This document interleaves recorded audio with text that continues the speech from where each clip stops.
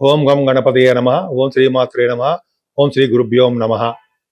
ఇప్పుడు మనం April 12th April నుండి అంటే 2026 18th ఏప్రిల్ 2026 ఈ వారం రోజులు కూడా 12 రాసుల వారికి ఏ విధంగా ఉండబోతుంది, గ్రహాలు ఏ ఫలితాలు ఇవ్వబోతున్నారో ఇప్పుడు మనం తెలుసుకుందాం. కన్యా రాశి అండి. కన్యా రాశి వారికి కొద్దిగా మీ రాశ్యాధిపతి కూడా నీచ స్థితిలో ఉండడం వల్ల సక్రమైన మార్గాల్లో ఆలోచించడం కానీ ఏమి ఉండదు. తెలివితేటలు అనేది కొంచెం ఇబ్బందికరంగా ఉంటుంది. ఒక పద్ధతి, వే ఆఫ్ లివింగ్ స్టైల్ కానీ, వే ఆఫ్ పద్ధతి అప్రోచ్ కానీ కొద్దిగా డిఫరెంట్గా మీకు ఉండడానికి అవకాశం ఉంది. ఆర్థికంగా ఎప్పుడు ఇబ్బంది పడరు. అదృష్టం అదే ధైర్యం మనకంటే కన్యా రాశి వాళ్ళకి అర్థం. ధైర్యంగా ఉండాలంటే డబ్బుల విషయంలో మనకి ఎప్పుడు సంపూర్ణంగా ఉండాలి, ఆరోగ్యంగా ఉండాలి. ఈ రెండు మీకు ఉన్నాయి, పర్ఫెక్ట్గా ఉన్నాయి, భయపడే అవసరం లేదండి. గురు దృష్టి ద్వితీయ స్థానం ఉండడం వలన కుటుంబ సభ్యులు, కుటుంబము, బంధుప్రీతి, కంటొద్దని, ముఖవర్చస్సు బ్రహ్మాండంగా ఉంటుంది. ముఖ్యంగా పాటలు పాడేవాళ్ళు కానీ, యాంకరింగ్ వృత్తిలో ఉన్న వారికి ధనప్రాప్తి కలుగుతుంది. సుఖపడతారు. సుఖపడే గీత ఎక్కువ ఉందండి మీకు. అంటే విద్యార్థులు ఉన్నారనుకోండి, విద్యలో బాగా రాణించడము, అనుకున్న యూనివర్సిటీస్లో సీట్ రావడము, అంతేకాకుండా తల్లిగారికి ఆరోగ్య పరిస్థితి బాగుండడము, తల్లిగారి యొక్క ప్రేమాభిమానాలు మీ మీద ఎక్కువ ఉండడము, రైతులకు కూడా బాగా కలిసి రావడము, భూములు కానీ, వస్త్రాలు కానీ, ఆభరణాలు కానీ, వాహనాలు కానీ వీరి నెలలో కొనుక్కోవడానికి అవకాశాలు ఎక్కువ ఉన్నాయి.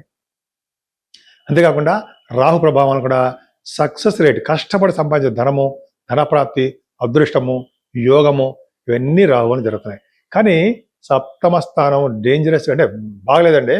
అంటే భర్త వల్ల భార్యకి, భార్య వల్ల భర్తకి ఇబ్బంది, ఆపరేషన్ జరగడం కానీ, లేకపోతే ప్రమాదాలు జరగడం కానీ, లేకపోతే భార్యకు కానీ భర్తకు కానీ, లేకపోతే కొంతమందికి నీటి వల్ల ప్రమాదం కానీ జరగబోతుంది. వర్షాల జోలికి, నీటి జోలికి వెళ్ళకండి.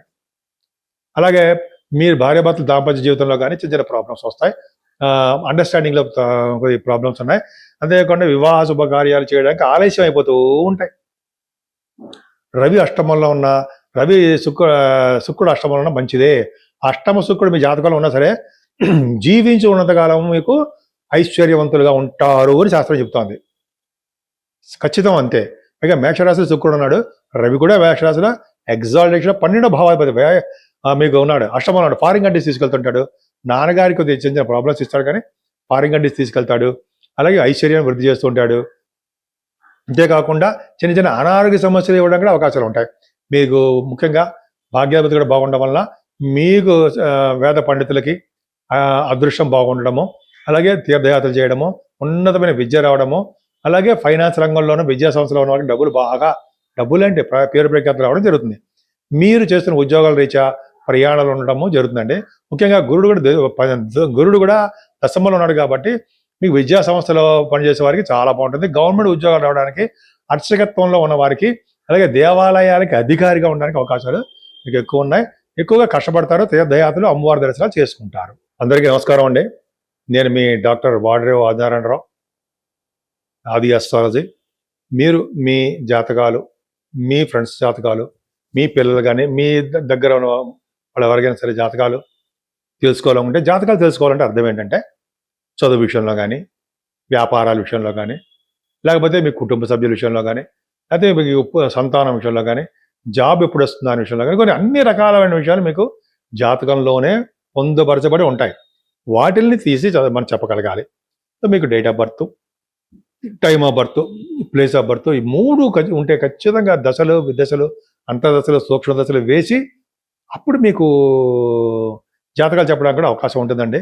మీ ఫ్యూచర్ ఎలా ఉంటుంది, ఇంతకుముందు ఎలా జరిగింది, అవన్నీ కూడా మీకు ఉద్యోగాలు ఎప్పుడు వస్తాయి, పెళ్ళిళ్ళు ఎప్పుడు అవుతాయి, ఇవన్నీ కూడా జాతకాలు చూసి చెప్పచ్చు. మీకు జాతకాలు చెప్పించుకోవాలనుకుంటే మా ఆది ఆస్ట్రాలజీకి కింద నెంబర్కి ఫోన్ చేయండి. చాలామంది విదేశాల్లో ఉన్నవారు కూడా చాలామంది చెప్పించుకుంటారని ముందర అమెరికా వాళ్ళకి చాలా థ్యాంక్స్ చెప్పాలి. ఎక్కువ మంది అమెరికా నుంచి కూడా ఫోన్ చేస్తుంటారు. అదేవిధంగా దుబాయ్, లండన్, వీళ్ళు కూడా చాలా ఎక్కువ ఉంటారు. చాలా వాళ్ళకి ఇష్టపడుతుంటారు. మంచి జరుగుతూ ఉంటుంది. నేను చెప్పినవన్నీ జరుగుతూ ఉంటాయని చెప్పి వాళ్ళకి ఒక నమ్మకం. వాళ్ళ ఫ్రెండ్స్ సర్కిల్ వాళ్ళు చెప్తుంటారు, వాళ్ళు చెప్పించుకుంటారు కూడా. అది పక్కా పెడతాం. ఏదైనా మీరు మీ జాతకాలు తెలుసుకోవాలనుకుంటే ఫోన్ చేయండి. డైరెక్ట్గా నేను మీతోనే మాట్లాడతా. కొన్ని సందర్భాల్లో నేను మీకు ఇలా షూటింగ్స్లో ఉండడం వల్ల మీరు టచ్లో ఉండకపోవచ్చు. మీకు వాట్సాప్ నెంబర్ ఇదే ఉంది. ఈ వాట్సాప్లో మెసేజ్ పెడితే నేను మీకు పర్సనల్గా ఫోన్ చేసి మీకు ఏం కావాలి అన్నీ నేను కనుక్కుంటాను. అంతే కదండి, మీకు వాస్తు సంబంధించినటువంటి ఏమైనా సలహాలు కావాల్సి వచ్చినా, వాస్తు ప్రాబ్లమ్స్ ఏమైనా ఉన్నా, ఇటువంటివన్నా కూడా మీకు అడగండి. నేను తప్పకుండా పరిష్కార మార్గాలు చెప్తాను. అంతేకాకుండా ఎవరి పేరున ఏ ఫేసింగ్ కలిసి వస్తుంది అని కూడా చాలామంది డౌట్లు వస్తూ ఉంటాయి. తూర్ప, పడమర, ఉత్తరమా, దక్షిణమా, ఏ ఫేసింగ్ కలిసి వస్తుంటాయి అని మనం అంటుంటాం కదా. అది కూడా మనం చెప్పడానికి అవకాశం ఉందండి. మీకు ఏమాత్రం అవకాశం, దేని గురించి ఫీజులు ఏం తీసుకోను ఇది చెప్పడం వలన. సరే, అది పెద్ద ప్రాబ్లం కాదనుకోండి. అది మనం ఈ విధంగా మనకు ఉంటుంది. ముఖ్యంగా ఈ 12 రాశుల వారు 12 నుంచి 18 తారీఖు వరకు కూడా మనం పూజించవలసిన దేవుడు ఎవరు, పరిష్కార మార్గాలు ఏంటి, ఈ ప్రాబ్లం శని వలన, కుజుడు వలన, మనకి రాహు వలన, కేతు వలన కూడా, పై కాలసర్ప దోషం వలన కూడా చాలా ప్రాబ్లమ్స్ ఏర్పడుతున్నాయి. కాలసర్ప దోషం వలన, కుజశనుల వలన కూడా ఈ యుద్ధాలు జరగడము, దేశాల మధ్య యుద్ధాలు జరగడము, రాజకీయ రంగంలో పదవులు ప్రాబ్లమ్స్ రావడము, ఇలా చాలా పదవీ గండాలు ఉండడము కారణం కూడా మన ఈ మధ్య వచ్చిన చంద్రగ్రహణం వలన, అంతకుముందు వచ్చిన సూర్యగ్రహణం వలన, చంద్రగ్రహణం వలన, అంతేకాకుండా కాలసర్ప దోషం వలన, కుజశనుల వలన ఇలా జరుగుతూ ఉంటుంది. ఇది ఎంతకాలం ఉండదండి ఈ ప్రాబ్లమ్స్. మనం ఏం చేయాలి? శని కుజులు బారి నుండి తప్పించుకోవాలనుకుంటే రోడ్డు ప్రమాదాలు కలగకుండా, ఎలక్ట్రిక్ షాక్స్ తగలకుండా, మనం లేకపోతే నీటి వల్ల ప్రమాదం జరగకుండా ఉండాలంటే శనీశ్వరుడికి 7 శనివారాలు పూజ చేయడము, సుబ్రహ్మణ్యేశ్వర స్వామి వారికి పాలతో అభిషేకం చేయించుకోవడము, లేకపోతే కళ్యాణాలు చేయించుకోవడం వల్ల కుజశనులు శాంతిస్తారు. ఎందుకంటే కుజుడితో కలిసిన శని గ్రహయుద్ధం జరుగుతూ ఉంటుంది. 30 సంవత్సరాలకు ఒకసారి శని కుజులు మీనరాశిలో కలుస్తూ ఉంటారు. సో దానివల్ల కూడా చిన్న ప్రాబ్లము రావడానికి అవకాశం ఉంది.